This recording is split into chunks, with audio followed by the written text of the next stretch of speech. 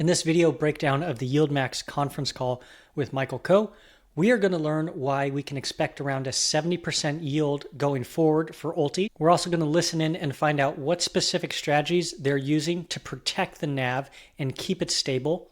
Then we're going to learn if ULTY is a long-term, perhaps even indefinite position to keep in a portfolio. And lastly, we're going to ask the most important question: what happened to Mike Venuto's distributions? That's going to be at the end, so stick around. Hope you guys enjoy. Is there a range of yield that you guys have maybe studied or are estimating for the future, or can we expect to stay at around 70% moving forward with the new changes? 70% sounds like a reasonable target number that we'd be focused on. But if, for example, the fund has experienced, a lot of volatility over a certain week, maybe we will, distribute a little bit more than that. And, vice versa, if we're trying to protect the NAV on a certain week where the market has taken a downturn, for example, maybe we would end up, distributing 60%. It's really up to the fund managers, as to what they think is an appropriate amount for that week. But I certainly, would expect that. I think that 70% is, as a reasonable expectation for the target distribution rate that we're aiming for. Before Mike Khouw gives his response, I wanted to let you guys know that I've written a Substack piece where I analyze the stock picks Mike Khouw gave on CNBC last year at the beginning of 2024 and the stock picks that he gave at the beginning of 2025. Just go to the link in the description of this video. My Substack newsletter is completely free to sign up, and you'll get to know what Mike was thinking last year and this year when he made his stock picks and what sort of returns he got from those portfolios. Now back to the video. But, the objective, as Josh pointed out, is that we would really like to see NAV stability. And in order to achieve that, you might see the dividends float a little bit more.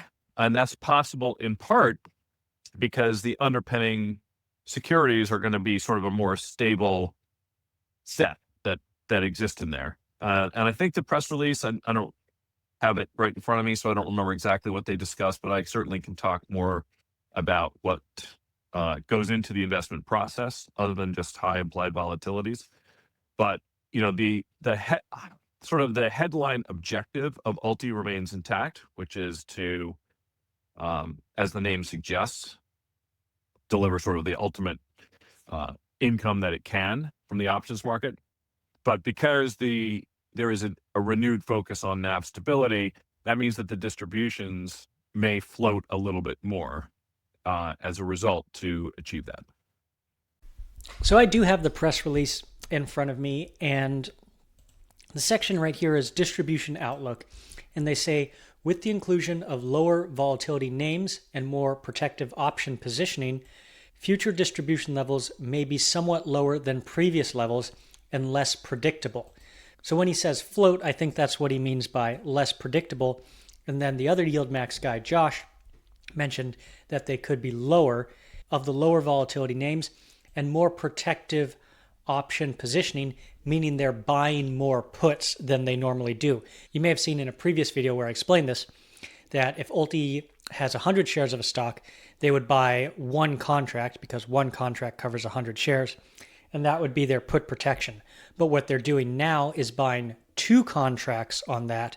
So they cover 200 shares, even though they only own 100. And that costs them more, but gives them more downside protection. Do you guys have any comments more just around where that disconnect is and what we can do as a community to move forward to understand what ULTY's purpose is a little bit better? Yeah, so the purpose is certainly to deliver income, but the income is a function of the underlying pool of assets. And so, there's two ways to think about it. One is the percentage of those assets that you receive from one week to the next, and the other is the aggregate amount that one receives over lengthier periods of time. Our expectation and hope is that, people who are invested in this are ultimately long-term investors who are looking at this as a source of income, arguably indefinitely, right? That should be the objective. That's certainly our objective. That's actually the first time I've heard Mike Khouw or anyone else from YieldMax suggest that ULTY might be something that you could hold on to for an indefinite amount of time.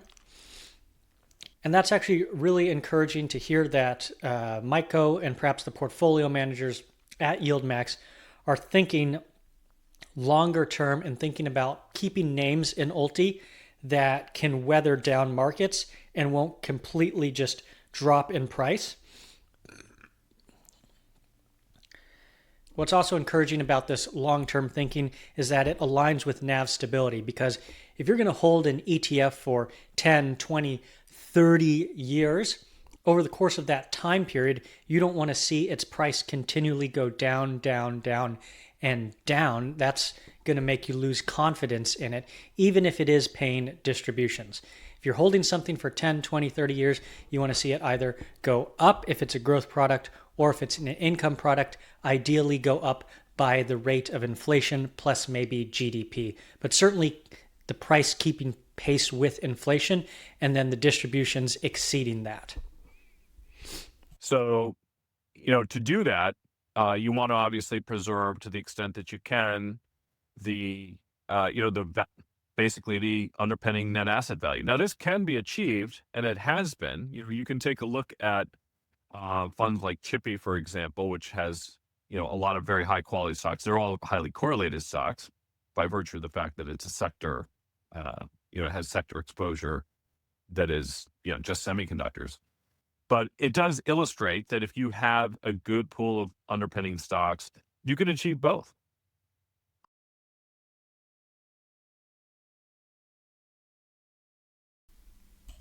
So let's take a look at CHPY, which is YieldMax Semiconductor Portfolio Option Income ETF. Its AUM right now is 149.3 million. It debuted in April of this year, the beginning of April of this year. And so far, it's up 28.76% in price. But if you look at total return, it's up 68%. And that actually is one of YieldMax's best performing funds. I think the only one that beats it, as far as I'm aware, is the GDXY, which is the GDX plus options income. And I want to see total return.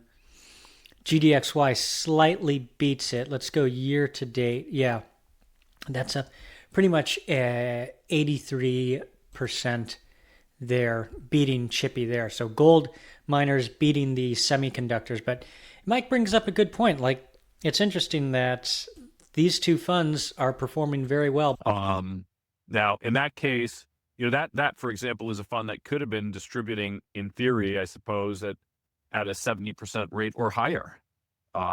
It did not. There's a 30% distribution and a like amount in terms of capital appreciation in the underpinning assets. But I guess the important point is that when you're looking at it from an investor's point of view, it should not be your focus to only think about, okay, we should only invest in stocks that have the highest implied volatility, and we're only going to chase those, because you are still long the underpinning stocks. That's an important part of the investment process.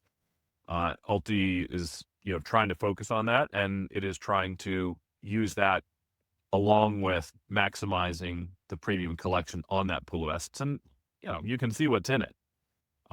Many of these names have relatively high implied volatilities. You could probably estimate just by looking at them what the anticipated premium collection might be from one week to the next. Some of them are slightly lower. Alphabet is probably a good example. Not one of the, it's a name that's been in there. It's obviously done very well for us, but some of that has come in the form of capital appreciation. Now, I actually think that all of that appreciation or gains from Google is coming from the capital appreciation, the stock, rather than the options. I'm calculating that their negative options premium down $1 million, up $9 million in the stock for a net of $8 million, ROI 14.71%, which is very respectable. Up 16.5% on the stock. But you can see that that's the case for a lot of these positions. the Bitcoin, Twilio, Micron Technology, ones that have gone up very fast, ones whose stock price have gone up very fast, and they've had to chase some of those calls down and hunt those down and close them out before they get assigned, and then they have to sell the stock. I think ULTY wants to hold on to some of these for a longer period of time and ride the gains at the expense of buying back some of the calls at a loss. And that's what we're seeing here in the portfolio. So the question then becomes, as that does really well, should the fund be peeling that off and handing, 1 week's performance out as distributions each week? Or should some of that capital appreciation be able to accrue and compound from 1 week to the next for a period of time? That's what has happened in that particular instance. That's what I think should have happened. And I think the shareholders benefit from that. So I don't know if that answers your question, but I think from an investment perspective, like as you kind of think, all right, what's in the fund manager's mind as they both choose the underpinning stocks that are being selected, the options that are being selected, and how much is being distributed from 1 week to the next, that it's the balance of all of these things. And I'm not going to claim that that answer was 100% correct the first day that the fund was launched. I'm not going to claim that it's 100% correct now. It's something that we're always looking at and trying to evolve to basically provide the best investment experience for everybody. Now, the next question that gets asked is about this part of the press release where it says, goal of managing downside risk more effectively while also improving the capture of potential upside gains. So limiting the losses, but also not putting too much of a limit on the gains. So let's see what Mike has to say. Now, in reality, I really only heard his answer address the first part of the question, which was downside risk. I didn't hear in his answer if he addressed the part of the question about upside gains, but let's take a listen anyways. Could you guys possibly talk a little bit about ULTY? And there's a few sentences in the release related to kind of more downside protection and possibly more upside uncapped potential. Can you talk about what the actual option strategies you guys plan to do that? Yeah, sure. Well, I guess the first thing I would say is that there's two forms of hedging that take place in a portfolio that trades options. One are options-based strategies that mitigate downside moves. The simplest example would be, okay, I own stock and I own a put or a put spread. So, I'm in a synthetic call effectively if I have a put or I have a tail risk hedge. That's one form of downside protection that a fund can have. So essentially, the first strategy is buying more puts. Like we talked about before, owning 100 shares of the stock, but buying puts that cover 200 shares of the stock. And for the put spreads, I'm not as familiar, but this is a bull put spread where you collect an options premium. And so you would sell a put at the $50 strike price, and you would buy a put at the $45 strike price, and you'd probably collect about $1 on this one because they're saying max profit is $100, so $100 per share there. And if the stock, the underlying position, remains above $50, you never have to purchase them back. Your put expires out of the money. And so that's where this profit line is. Now, if you do have to buy the stock at $49, well, then you buy it at $49, but you received that $100 credit. So really, you broke even. Anything below that, you're basically going to have to buy the stock. But because you can also sell it at $45, your loss is capped at $400. So again, you make $100 in premium, that bit right there. If you do have to buy the stock, if it does get assigned to you, then you limit your loss at $400 because you can also turn around and sell it for $45. Now, these don't actually get assigned. The broker kind of settles them without stock changing hands, but that's basically a bull put credit spread. There's another which is going to be observable by those who are taking a look at what's in it, and that is And this is something I think I spoke about on a prior spaces. If I didn't, I certainly meant to. But, why do we invest in portfolios to begin with? Why, when people say, okay, you can invest in stocks, do they say you don't just buy one, you buy many? And that is the benefits that you get from things like diversification. The benefits of diversification is not necessarily measured alone by the number of stocks that you buy, because you could buy a lot of stocks that are all going to have similar types of exposure. So, for example, if I said, okay, well, I'm going to buy Delta Airlines, but you know what? I really need to hedge. So I'm going to buy United, American, JetBlue, and Southwest too. Well, guess what, folks? Are you diversified? You're diversified against company-specific idiosyncratic risk. But are you really diversified? Is that a good hedge to have bought that? Not really. You're overly exposed to the airlines at that point. So one of the things people who are looking at ULTY are probably going to observe is that there is now a basket of there's a non-correlated sleeve, which is to say about 30% of the fund right now is allocated to things that should generally be non-correlated with the other 70%. So if you're looking at something that's in there, you're not going to see too many things that are within the same industry. Now, before October 9th, which is when Bitcoin really started to roll over, you would take a look at the constituents of the fund at that time, and you probably would have sort of drawn that conclusion that, there's a lot of high volatility stocks in there, but they aren't necessarily so heavily correlated with each other. They're not necessarily in the same industry, and in many cases, not even in the same sector.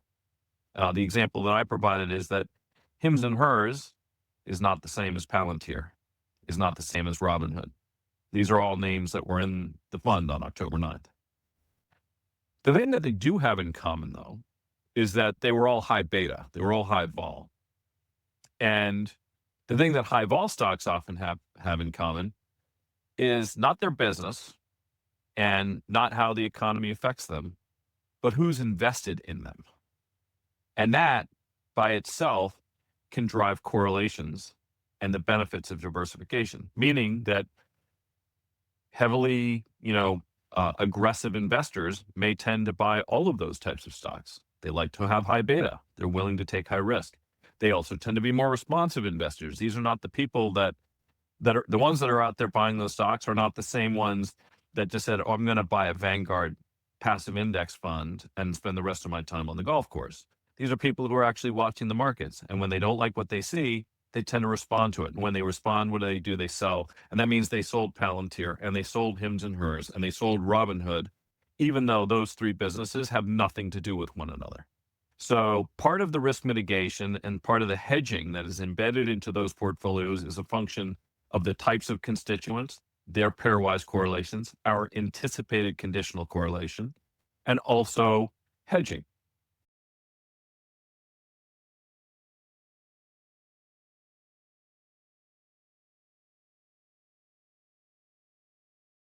So like I said, I didn't hear anything in the answer that addressed this part, improving the capture of potential upside gains.